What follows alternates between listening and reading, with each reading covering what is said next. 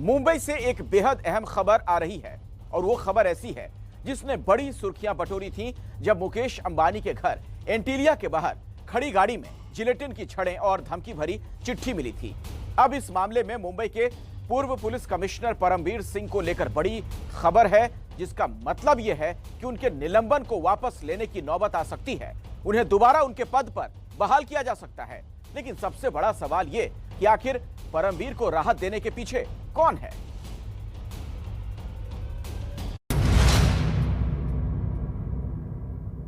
क्या परमबीर का कुछ नहीं बिगाड़ पाएगी महाराष्ट्र सरकार? क्या वापस अपनी गद्दी पाने जा रहे हैं मुंबई के पूर्व पुलिस कमिश्नर? अब क्या महाराष्ट्र के पूर्व गृह मंत्री के सितारे गर्दिश में जाने वाले हैं? देश और महाराष्ट्र के लिए इस केस के मायने अब सामने आने लगे हैं। क्या है परमबीर का बीजेपी कनेक्शन? जल्द ही हम आपके सामने रखने वाले हैं। महाराष्ट्र के पूर्व गृह मंत्री अनिल देशमुख पर भ्रष्टाचार के आरोप लगाने वाले और एंटीलिया कांड, मनसुख हिरण हत्या मामले में संदिग्ध और करीब 5 वसूली मामलों में आरोपी मुंबई के पूर्व पुलिस कमिश्नर परमबीर सिंह का निलंबन रद्द हो सकता है। परमबीर पर एक के बाद एक गंभीर आरोपों के बाद और कई दिनों तक ड्यूटी पर हाजिर न होने की वजह से महाराष्ट्र सरकार ने उन्हें दिसंबर 2021 में all India services rules act 1969 के तहत निलंबित किया था। ये मुंबई है। जरायम पेशा लोग यहाँ की रग रग में बसते हैं। यहाँ के गली कूचों में अपराध बसता है। लेकिन जब से एंटीलिया कांड हुआ है और उसमें सचिन वाजे की गिरफ्तारी हुई और मुंबई के पूर्व पुलिस कमिश्नर परमबीर सिंह पर आरोप लगे, तब से ऐसा लगने लगा कि गली कूचों में होने वाले अपराध अब ऊंची ऊंची इमारतों और ऊंचे ओहदे के लोगों तक पहुंच गया है। बस अंदाज बदला है, अपराध उतना ही संगीन। परमबीर सिंह को निलंबित हुए 2 महीने से ज्यादा का समय हो गया है और सरकार ने अब तक उनके निलंबन के कारण को बताने के लिए होने वाली जांच के लिए जांच अधिकारी की नियुक्ति ही नहीं की है।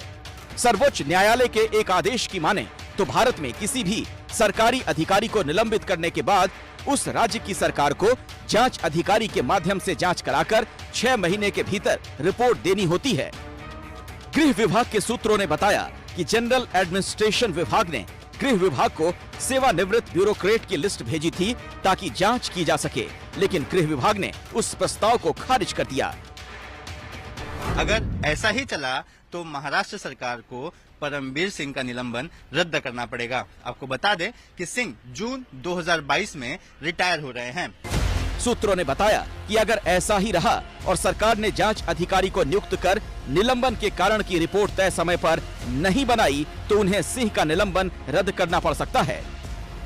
परमबीर सिंह 1988 बैच के आईपीएस अधिकारी हैं और वो इसी साल 30 जून को सेवानिवृत्त भी हो रहे हैं। परमबीर सिंह के खिलाफ 5 मामले दर्ज हैं, जिनमें से गोरेगांव पुलिस स्टेशन में दर्ज वसूली का मामला, जिसकी जांच अब मुंबई क्राइम ब्रांच कर रही है। इस मामले में उनका बयान दर्ज हो चुका है और चार्जशीट भी दायर हो गई है। ठाणे पुलिस स्टेशन में दर्ज वसूली के मामले में उनका बयान दर्ज हो चुका है। ठाणे के कोपरी पुलिस स्टेशन में दर्ज वसूली मामले की जांच सीआईडी कर रही है। इसमें उनका बयान दर्ज करना बाकी है। ठाणे के बाजार पेठ पुलिस स्टेशन में दर्ज एट्रोसिटी के मामले की जांच सीआईडी के पास है। इस मामले में सिंह का बयान दर्ज हो चुका है। मरीन ड्राइव पुलिस स्टेशन में दर्ज वसूली मामले की जांच सीआईडी कर रही है। इस मामले में उनका बयान दर्ज करना बाकी है। इसके अलावा पूर्व गृह मंत्री अनिल देशमुख ने ईडी को दिए अपने बयान में परमबीर सिंह को एंटीलिया और मनसुख हत्या मामले का मास्टरमाइंड बताया है। परमबीर सिंह के निलंबन को 2 महीने गुजर गए और जैसा कि हमने इस रिपोर्ट में भी आपको दिखाया, जो सुप्रीम कोर्ट का आदेश है उसके मुताबिक 6 महीने में जांच रिपोर्ट देनी होती है।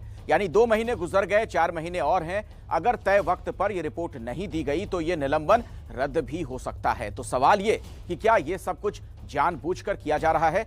बहुत ही दरअसल ये हाई प्रोफाइल मामला है। ऐसे में तमाम तरह के सवाल खड़े हो रहे हैं। वैसे सोमवार को संसद की कार्यवाही ने मंगलवार को मुंबई को हिला दिया। राष्ट्रपति रामनाथ कोविंद के अभिभाषण के बाद धन्यवाद प्रस्ताव पर अपना भाषण देते हुए प्रधानमंत्री नरेंद्र मोदी ने देश की मुख्य विपक्षी पार्टी कांग्रेस पर जमकर हमला बोला।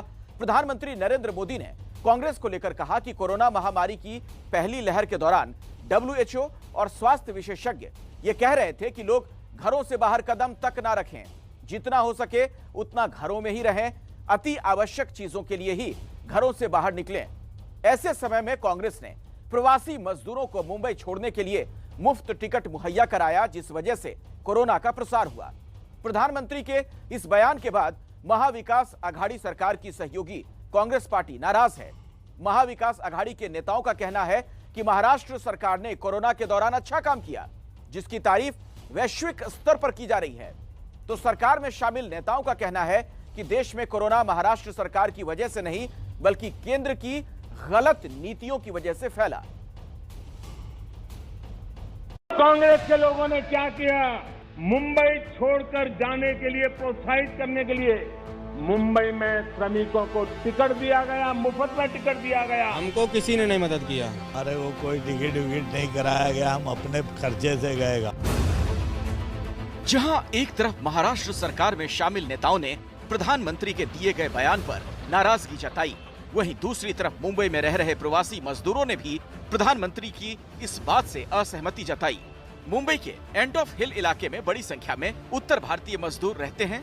प्रधानमंत्री के दिए गए बयान पर जब हमने इन मजदूरों से जानना चाहा कि ये लोग प्रधानमंत्री की बातों से कितनी सहमति रखते हैं, तो उसे लेकर इन मजदूरों का कहना था कि कोरोना के समय में किसी भी राजनीतिक पार्टी से इन्हें किसी भी तरीके की मदद नहीं मिली।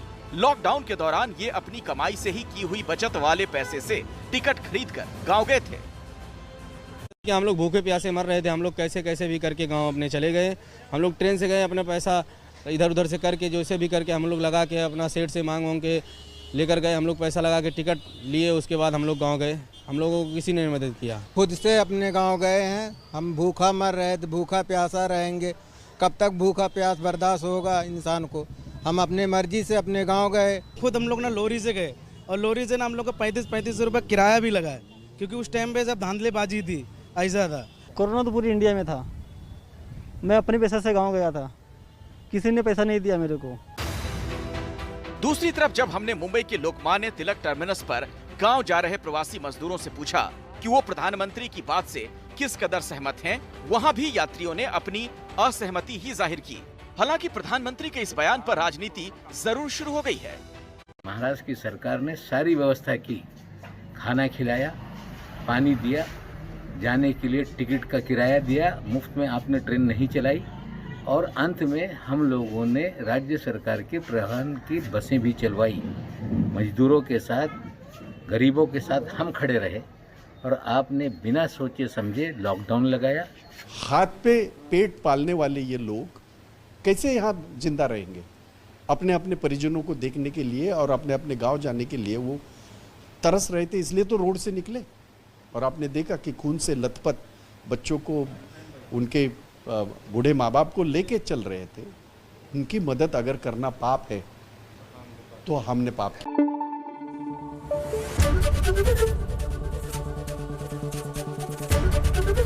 ABP न्यूज आपको रखे आगे।